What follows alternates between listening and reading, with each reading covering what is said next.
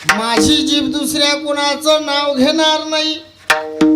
एक गाऊ आम्ही विठोबाचे नाव आणि काचे काम नाही आता. देवा दुसऱ्याचं नाव नाही घेणार. एक अर्थ. दुसरा अर्थ पहा. तुझं विना माझी जीवा देवा कोणा म्हणे.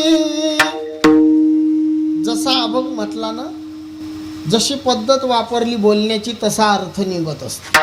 मी बोललो राम राम घातला की पुण्य होते.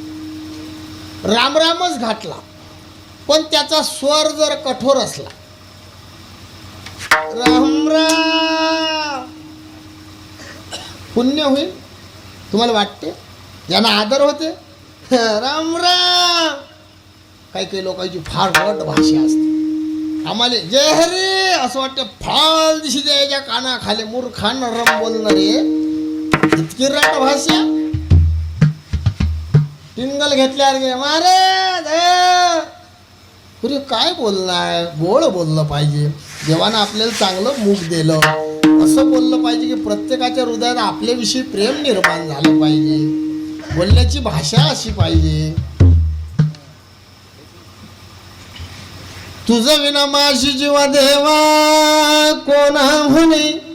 बदलला अर्थ. देवा संसारात परमार्थात कोण्या गोष्टीची कमी पडली तर माझी जीवा तुझं विना कोणा म्हणे. कोणाला मागेल. एकाचा संसार करते दुसऱ्याला साडी मागते. त्याबाई कोणी चांगलं म्हणते काय? दुसऱ्या पुढे हात पसरणाऱ्या मायले नाही. त्या मायले व्यभिचारी म्हणतात.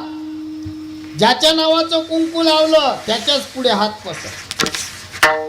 तुकोबाराम पतिव्रते जैसा भ्रतार प्रमाण आम्हा नारायण तैशा परी. तसाच आहेस रे विठोबा तू आम्हाला.